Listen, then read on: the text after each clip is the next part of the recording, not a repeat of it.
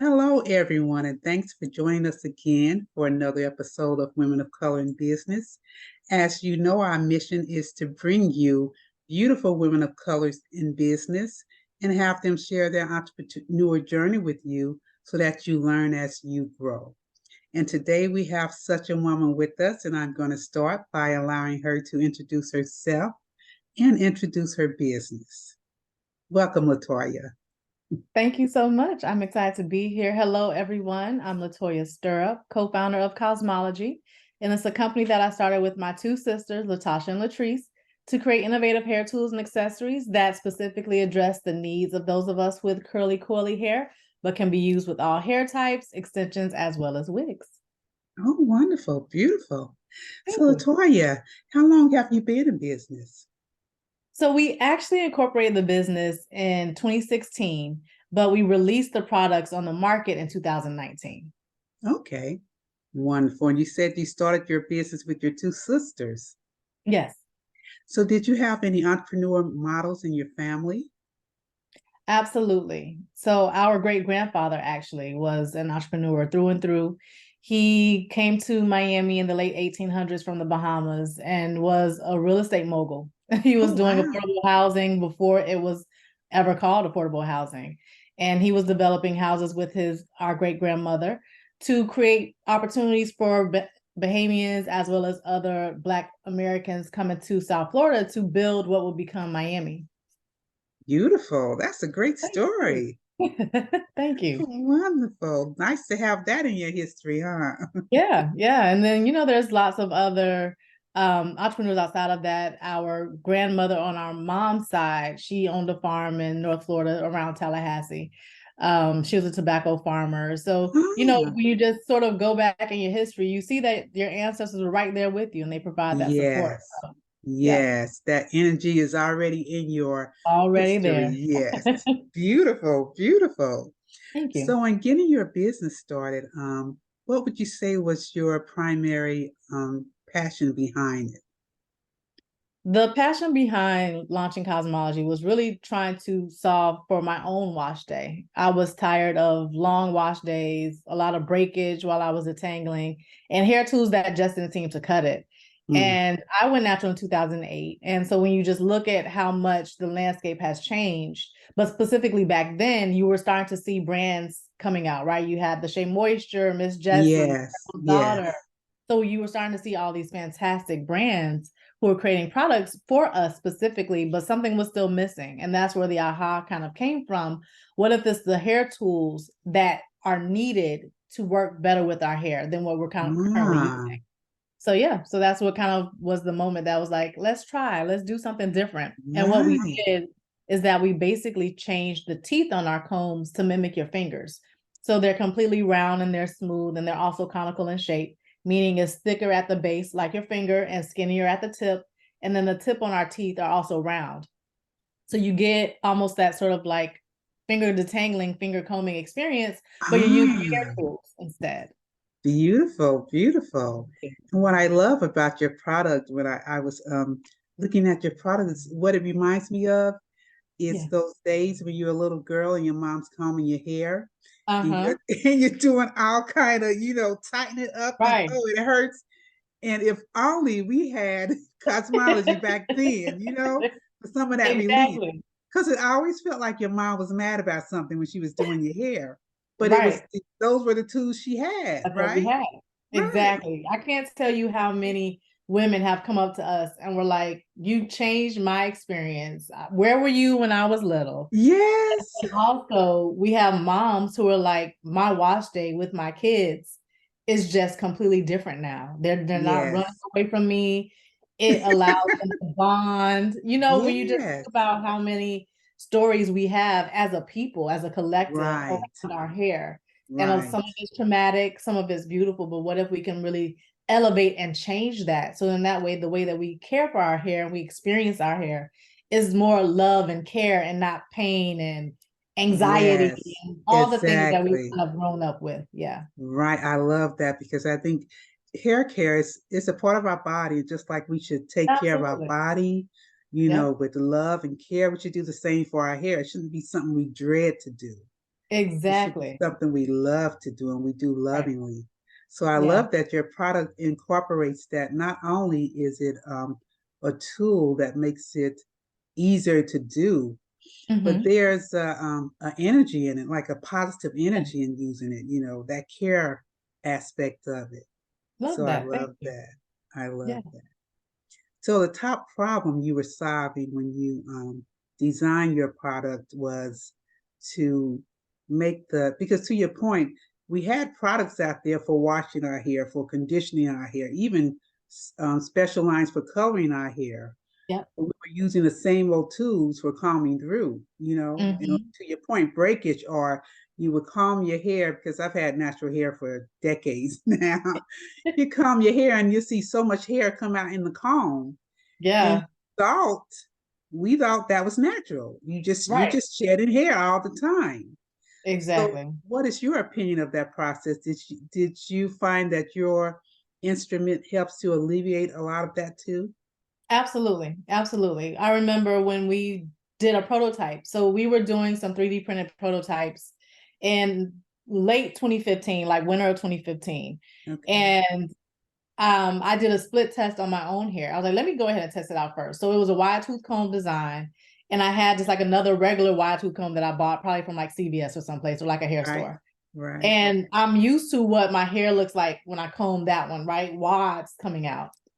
And Yes. then when I did it, our prototype on the other side of my hair, it was minimal. And I remember I sent a screenshot. I took a picture and I sent it to my sisters on our text, and I was like, "You guys, look at this! Like, it Wow. actually works."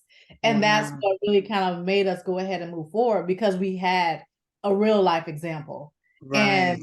even now, like those tools are the only thing that I use on my hair when I'm talking about detangling and styling because it is such a difference. Right. And to know that we've been able to really help other women and men and kids experience their hair in a new way is fantastic because we Yes. can really kind of create that dialogue now to where you're not, you don't have those horror stories.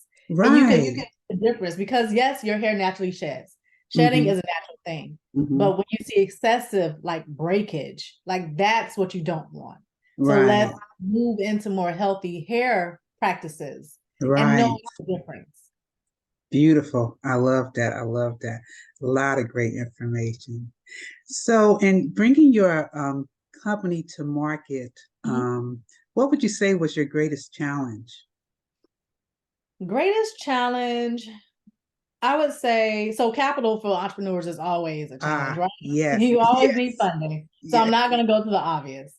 I would say another challenge was getting into the mindset of being an entrepreneur.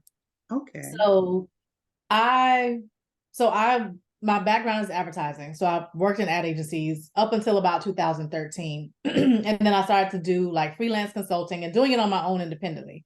So working okay. with ad agencies as an independent contractor. So I technically was already sort of an entrepreneur for a while before I started the business.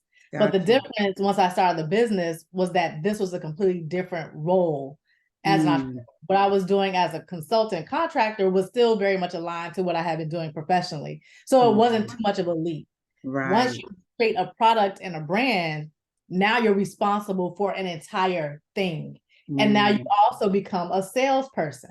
So that Ah, aspect of like getting into the mindset of like selling something was a bit of a leap because I'm yes. used to being in service, right? As an ad agency, you're providing a service to another company to provide, strategic thinking or campaigns and things like that. So that mindset was a huge sort of like shift for me because it required me to think differently and to kind of stop doing some of the things that I was familiar with doing as an employee, right? So sitting on my emails and checking my emails all the time and like project managing, I had to kind of like learn how to step out sometimes and like see and then plan and strategize. So that was a Mm. bit of that was some learning curve that had to happen there. It was painful at some points, right? Because Uh-huh. just realize how much the buck truly stops with you. There's no, Right. especially when you're in the beginning, you're kind of like in it by yourself. Yes, You may not be yes. able to like hire other people to be contractors or consult with you. So you're trying to solve for a lot Right. Mhm. by yourself. So that was a bit of Yes. a challenge. So true, so true. And that's true in a lot of our journeys. Yeah. You dropped a lot of great gems in there. I love that you spoke about having to be the salesperson, Yeah. because we as the creators, we're in tune with the mission of what we want to get out there, but Hmm. oftentimes we have to turn into the salesperson in order to get it to market, and that's where some of us fall short, and we have to look for resources to shore us up. Okay, I need to learn more Hmm. about this. I need to, you know, practice speaking more. I need to let somebody listen to me and give me feedback more. Right. I need to build up even just that the challenge of being confident enough, that courage Hmm. to go out and talk about it. That's great points you made. A lot of us struggle with that, so I'm glad you shared that. So were there any resources you went to make you stronger in that area of talking about your business to people? Yes. So one of the first conferences that I went to the summer of 2019. So we launched the products in January of 2019. We started to ship to our pre-order customers because we did like a crowdfunding campaign on iFund Women, and then we also pre-sold at different beauty conferences and events and Okay. things. And so that summer, I went to Build, Grow, Scale. So it's a Mm. very D2C focused kind of a conference. And that was great because it really kind of got me in the mindset of like what D2C looks like for ecom and how you're like selling and you're doing different things.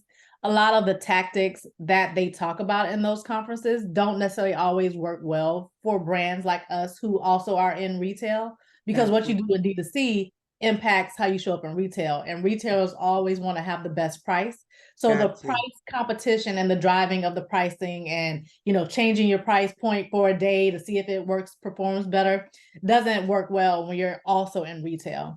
Ah, So I had to kind of learn a little bit of that too, but it just got me in the mindset of conversions and how to really kind of bring customers down the funnel to get them to convert. And ah, even though I was in advertising professionally, this side of the game is very different. And uh-huh. always when you now become the client, your mind requires a different thinking, right? Because you're kind of not Yes. sitting in your problems and you're like, what do I do? How do I solve this? Right, right. But whereas before you were the one coming with the solutions. So, there was that whole thing. And I would say some other resources that I tapped into. I was already really plugged into a lot of resources here in Miami. So going into some different conferences and going to like Venture Cafe is an event that used to happen here in Miami every Thursday with resources as well as speakers and things for entrepreneurs. And then I also just started to apply to different grants and pitch competitions, which then allowed me access to other communities like New Voices, Black Girl Ventures, iFund Women, Ah, Alice. Hello, Alice is a great platform. So just mm-hmm. really, and especially if you think about it, 2019, 2020, that's pandemic time. So now Right. everything is all virtual. The great thing about that is that even though everything was virtual, it was now accessible because you could do a lot of things from home. Whereas when we were outside, you had to pick and choose what you could go to because you could only be in one place at one time. So Right. everything being virtual, you can really kind of like work the virtual scene from the comfort of your own home. So it worked really Got well you. for us to get Got into you. and tapped into a lot of different ecosystems, which was really helpful. Got you. A lot of good information. Now you spoke about learning how to convert your client and how to control the Mhm. funnel. Can you tell us a little bit more about that?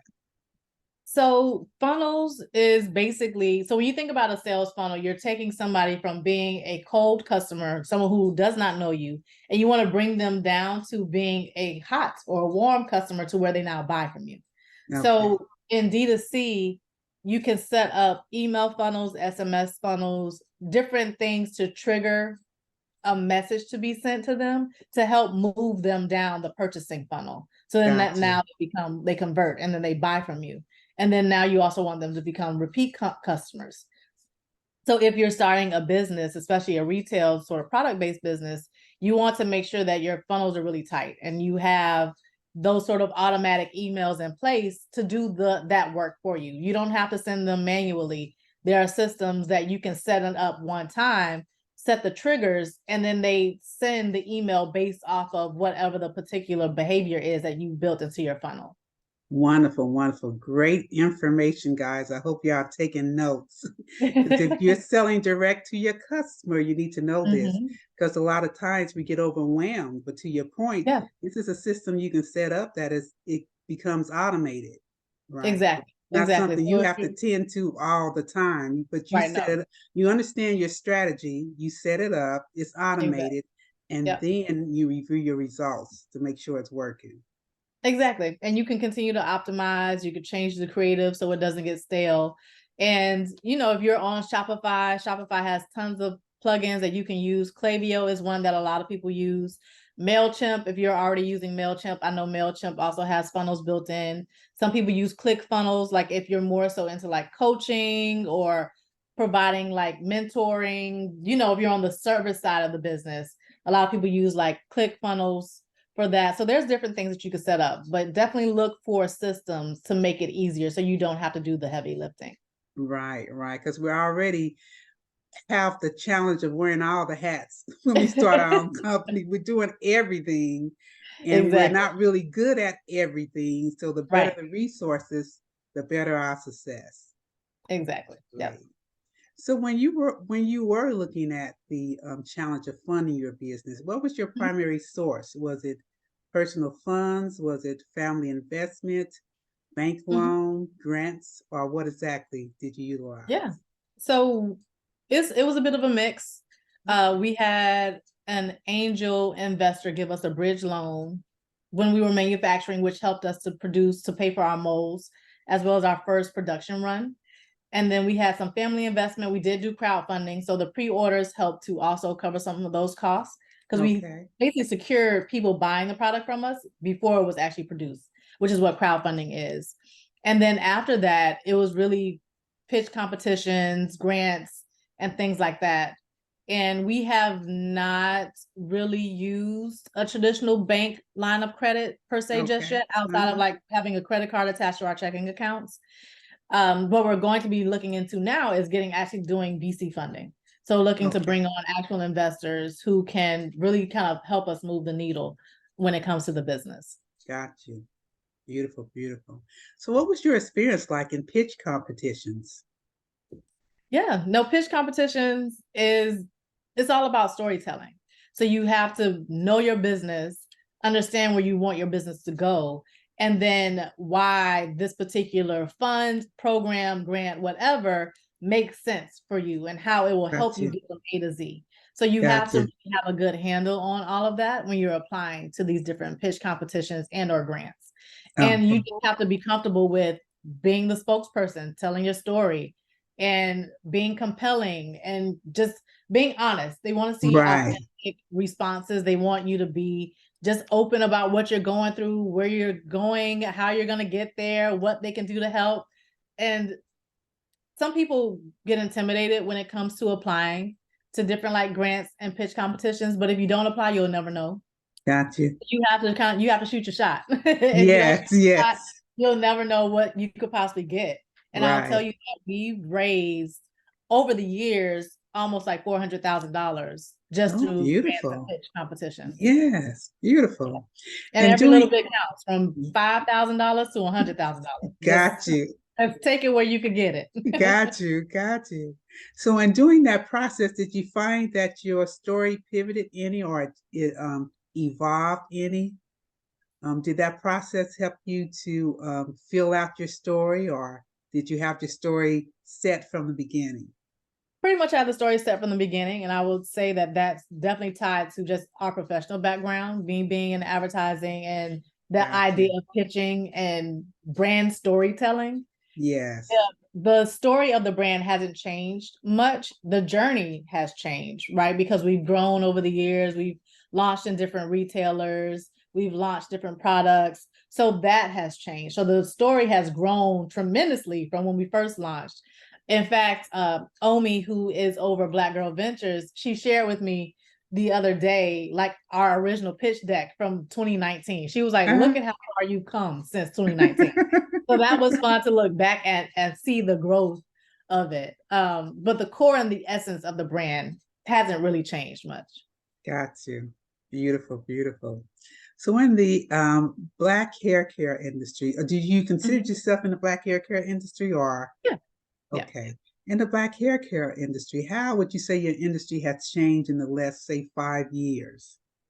So within Black hair specifically, it has changed a lot. When you just look at retail, right? So now you're starting to see a lot more Black founded brands on your Yes. shelf, which is Mm-hmm. beautiful, right? You're Mm-hmm. not just seeing sort of the legacy brands that have been there for years, which and it opens the floor and opportunities for new things to continue to happen, right? New perspectives, new customizations, new ways of thinking about hair care.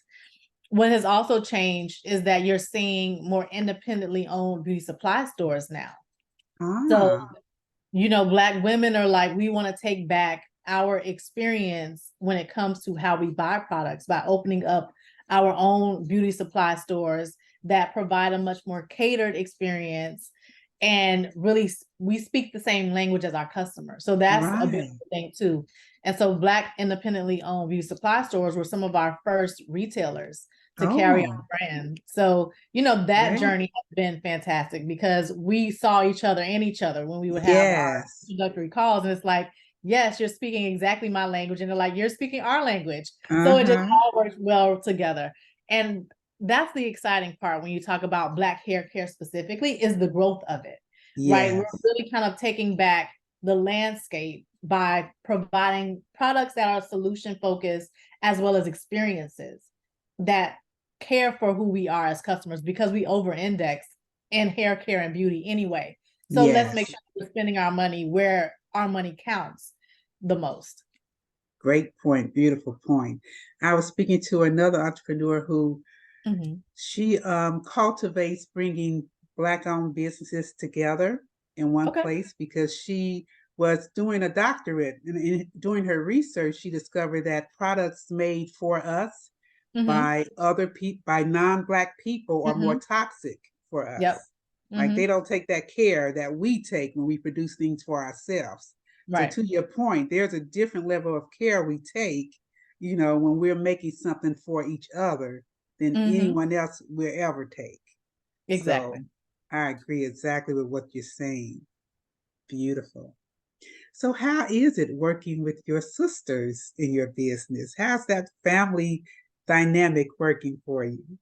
Yeah, no, it's a lot of fun working with my sisters because we're very similar in ways and then different in other ways, which is how we're able to fit together nicely. And we've had division in roles from the beginning. So Got I you. kind of had the role of like project manager, overseeing operations and everything and the moving parts. My youngest sister, Latrice, she really likes detail and like task oriented things.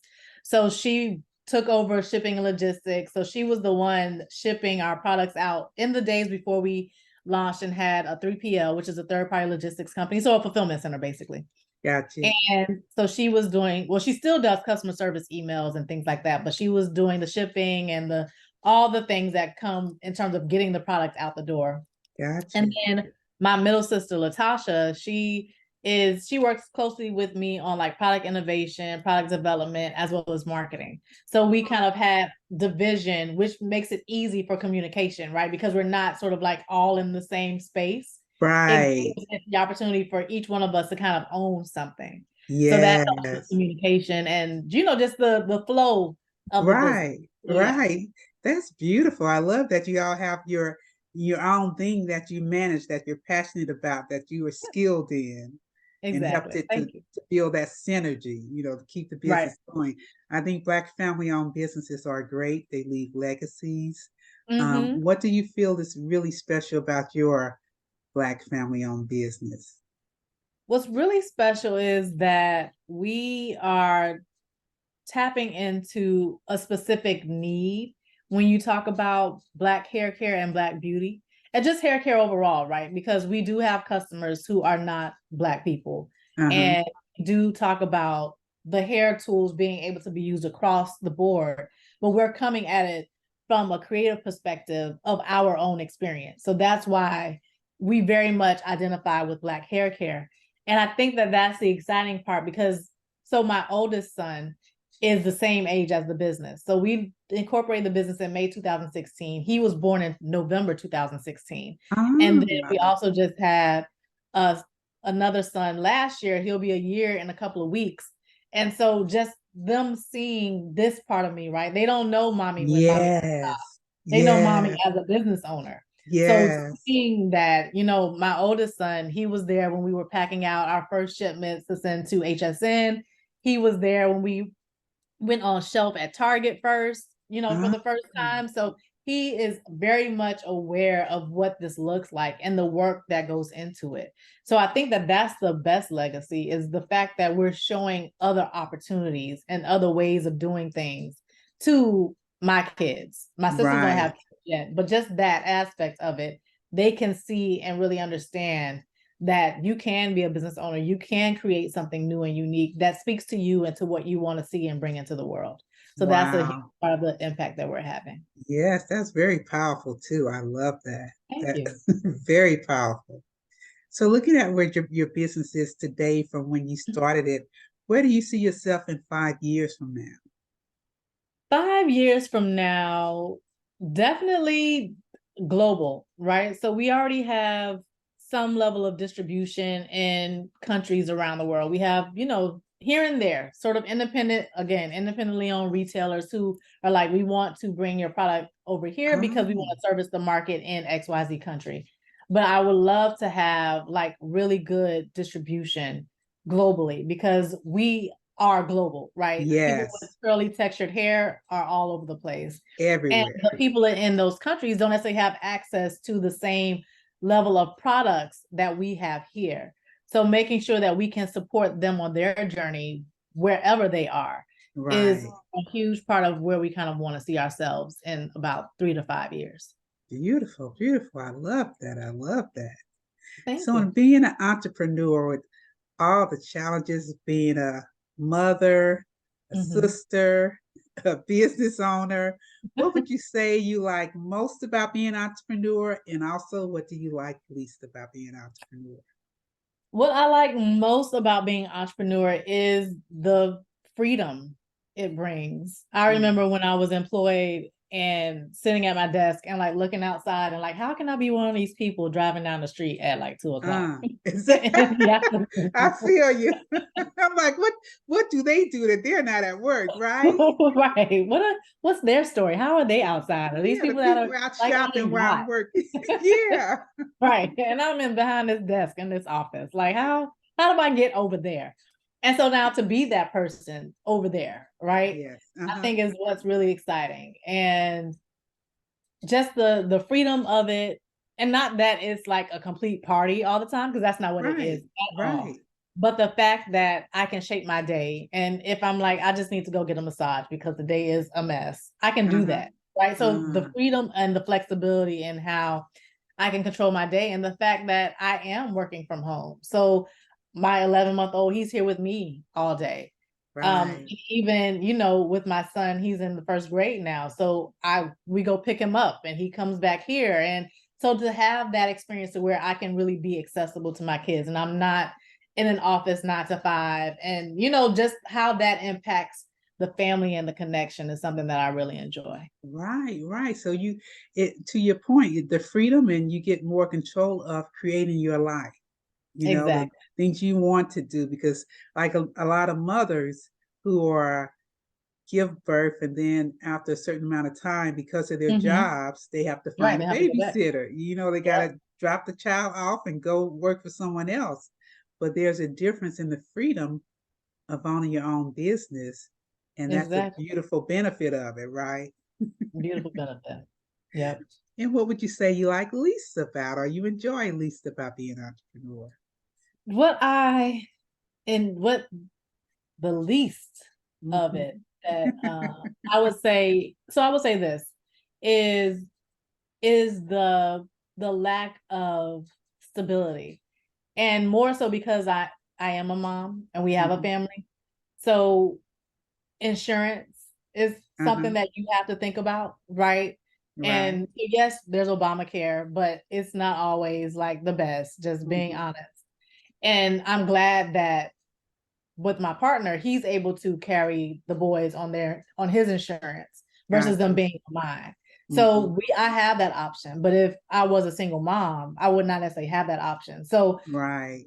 entrepreneurship is fantastic, but it has its drawbacks in terms of security because I don't have a corporate job. So I don't have Mm-hmm. corporate level type insurance where Mm-hmm. you get that great, grade A access to doctors and things like that.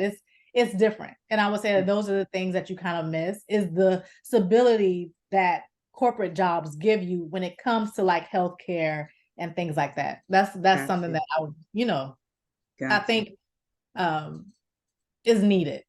Gotcha. Yeah. Gotcha. Understood. That's some of the other side of it. Wonderful. Right. So when you think about taking care of yourself mentally, emotionally, Mhm. spiritually, what do you do to make sure? Because a lot of times as entrepreneurs, we feel guilty about resting because there's Mhm. always something in our mind. I could be doing this instead. Let me get up and go get that done. Yes. But we also have to keep in mind that we have to keep our cup full for ourselves. Because with Mhm. the empty cup, whatever we're doing late at night trying to get done, it's a poor quality. It's not going to Yeah. be what it would be if you rested and got back up tomorrow and got it done. So how do you keep the lines clear between work time and personal time? And two, what are some of your top modalities that you use to give yourself that self care and self love and make sure you're taking time to Mhm. keep yourself going? Well, when I listen to my body, I listen to how I'm feeling. And if I'm Beautiful. like, I just need to take a nap, like I have a headache right here on my eyebrow, I'm like, I just need to take a quick nap. Like I just need to lay down. I will go and Mm, I will lay down. You have to listen to what's kind of yes, happening, especially being a mom, right? Because I'm being drawn in so many different places. And especially once it's afternoon time, that's homework time, that's everything else that's happening. So I need to make sure that I can be fully aware and present for right. my kids. Hmm. And the first major thing is listening and, Yes. not feeling guilty for taking Mm, care of yourself. Because if you don't take care of yourself, who will? And right. then if you're gone, who's going Mm, to really take care of your kids, your business, your family, etc.? Who's going to be there to do that? So you need to make sure that you are filled up as much as you can be to show up the way that you need to show up. I would also say that finding what kind of works for you. So whether it's meditation, prayer, gospel music, hmm. yoga, whatever your thing is, find it and do it and try to be consistent with it. And developing some level of like a ritual, right? So if you have if you have time in the morning, like using your mornings to help set up your day, things like Hmm. that. Time blocking, so making sure that you block time on your calendar for certain things. If you want to have like a regular nap time in the Hmm. afternoon, like build that into your schedule to make sure that you really have that time set aside. Beautiful, beautiful. So, I don't know how revolutionary it is for you to say you listen to your body because most people don't. But it's a very simple concept. You're like, I just listen to my body. But most people negate what their body is telling them. It's Yeah. like, you're getting this very obvious message, but you have all these stories in your mind that say Hmm. I need to do more because I need to do this Right. because, as opposed to simply listening to your body. I got a headache. I need to take a nap. See y'all later. Right. I'm tired. Literally. I need to go rest. See y'all. I'm feeling sleepy. I'm going to sleep. Yeah. You would be amazed how revolutionary that is. That you just listen to your body. So, to my listeners, please simply listen to your body. It's only telling you what you need to do. Exactly. It Yes. 100% has your back. Right. Right. Nothing And else take the has. whisper. Take the Yes. whisper. You don't want it to yell at you. Like No. that's when it's gone wrong. Take the Exactly. whisper. Take Lay the down. whisper and go. Yeah, I think I will go take a nap. Just take it softly. Don't make it Right. yell at you because when it starts yelling, then you're really in pain. It's really Right. going to cost you a lot more money. You're really Right. going to be laid up for days. So listen to the whisper. So I love that you simply listen to your body. Mm-hmm. And those modalities that you discuss, great examples. Just Thank you. find one or two that fits who you are and just be consistent with it. Because Mm-hmm. another issue I find is that a lot of times we think that self-care has to be limited to when we go on vacation Right. or the weekend or once a month, as opposed to every day. Mm-hmm. We need to take time to take care of ourselves. Yeah. And if it's just going to sit outside, get you some sun, Exactly. like just Exactly. do something, Yeah, it move doesn't have to a little bit, cost you. put a song on, dance a little bit. Yeah. Say that again. I said, put your favorite song on, dance a little bit, just Yeah. release, move a little bit. Right. Especially Right. now, post COVID, a lot of people are still working from home. And so Yes. it's easy to just like stay on your couch or like work from your bed all day. Yes. So Yes. you need to like move, get the juices flowing, and it'll Right. help get some of the aches out of your joints too. So Definitely. Definitely. Move around, stretch, and walk a little bit. yeah. So, share with us, have you ever had those days, or do you have those days when you think, I don't want to do this anymore? Yeah. Yeah. I have those days. But it doesn't go too far. Got you. It doesn't go too far. It's just Got usually you. those days when you're like, oh man, it would just be so much easier to have a job. Uh, Uh-huh. but then is that really what you want? Right. That's where Right. it goes. And it's like, no, that's not what I want. So let me Right. just be quiet. Get back to like solving whatever fire I'm dealing with at the moment. You know, Right. it's just because this can get really tough. And a lot of Yes. times it is you trying to solve for big problems with rubbing pennies together. And Yeah. that's what gets annoying because you're like, I just have so many things that I want to do. And you're like, but man, where's the like Yes. funding Yes. for it? And especially when you're in growth, it's just you're always like on this hamster wheel. I had dinner with a founder friend last night, and we were both just talking about getting off this like constant cash flow chase because you're Right. getting deals, you're getting all these opportunities, and you need the cash to make it happen. And that's Right. where a lot of the stress comes from when you're sort of a growing brand, is that Mm. you're just always trying to like solve for problems.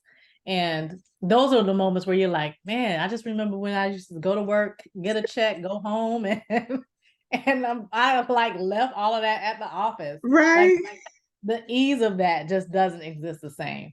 But Got then you're you. also the fulfillment of it isn't the same on that side. Right. For Right. me, I wanted something where I was able to like flex my creativity and could own my day and my schedule. And so now that I have that, let's not complain so Right. much about the Right. other things that come from it.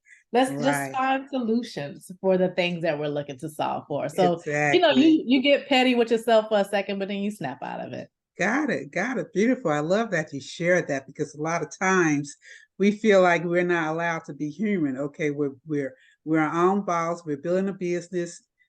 We can't ever falter, and that's just unreal. You are It's going to, unreal. if you're doing it right, you're going to be Yeah. stressed out sometimes, right? Right. That means you're really pouring into it. If you're doing it right, you're going to be confused sometimes, because that means you want to have solutions, right? Exactly. So it's going to get too much sometimes, but to your point, you realize that you you get petty for a minute, like you said. You're like, ah! Then you realize, okay, the benefit outweighs the cost. So let me just get back to Right. solving this, because I gotta figure this out somehow. So let me Right. just get back to it. But you are allowed to get petty sometimes with yourself. Yeah. You're allowed to be human. I love that you share that. Thank So you. looking at how your business has Hmm. grown from when you first started, when you first conceptualized your idea, what surprises you most about what you have accomplished, you and your sisters have accomplished with your business so far? Yeah, I would say the fact that we're still here, that Ah, we made beautiful. it through the pandemic, and we're still growing. A lot of Yeah. businesses don't make it to this point, right? So Mhm. you have to kind of celebrate that. And, we've been able to grow our product line. We've been able to continue to connect with new customers and create new experiences and build new partnerships with fantastic brands like Shea Moisture and Miss Jessie's and do fun things, right? So there's been a ton of growth, and it's all a part of the journey, right? Because when you're in it, you're like, just focus on what's next, what's next, what's next. Yes. And a lot of Yes. times you don't get to step back and be like, wow, we've done quite a lot. Right. A lot of Right. times I'll share our story with people and they're like, you've done a lot in like Yeah. 4 years. I'm like, Right. yeah, yeah. You're right. I think we kind of have. Yeah. You have So to, yeah. just speaking about your partners. I'm like, oh, that's beautiful. She works with them and them. That's just great. You've done a lot. Yeah. And to your point, sometimes we're so busy in it that we don't step back and see what has happened, because we're still in it. It's Yeah. like we haven't taken the break. We don't have the break to sit back and say, oh wow, that was wonderful, because we're on to the next thing. And I love Exactly. that you Yep. said your business is growing, because that's what we all wish for our business, to not just get it started and off the ground and conceptualize into whatever product or service, but to have it grow and to Right. have it continue to grow and to figure out what we need to do for that next step of growth. So great, great. I love that you're surprised that you're still here, and I'm so happy you're still here.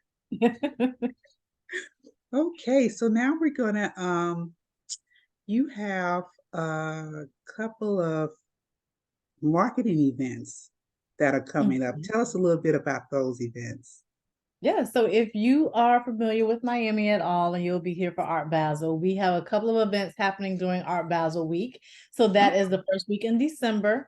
So the events and the dates are still being defined, but stay tuned for Soul Basel. Schedules and everything will be dropped. So look for us to pop up during Art Basel.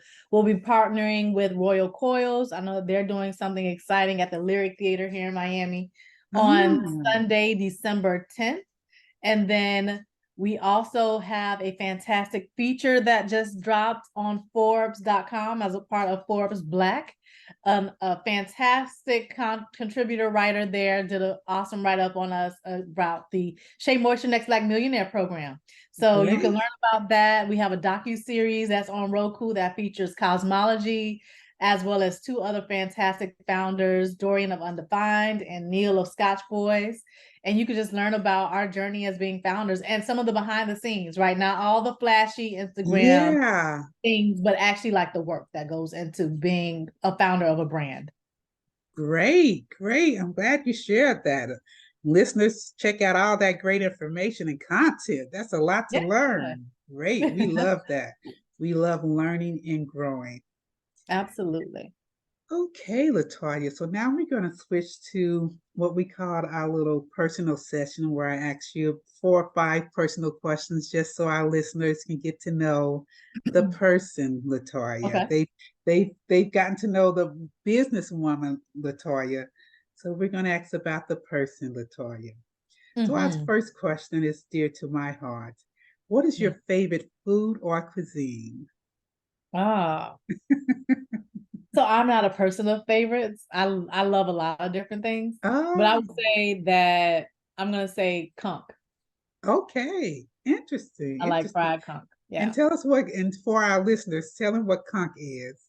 So conch is a shellfish that is very much, it's a Bahamian thing. So Um, when you go to the Bahamas, you'll find like cracked conch, fried conch, and it's definitely tied into Miami because Bahamas, Miami is like cousins, yes, basically. yes. And so with us having Bahamian heritage and roots, that conch has been a part of our growing up since forever. And just also just being in Miami. Fried conch and fries is one of those things that you just eat it. It's good. Right.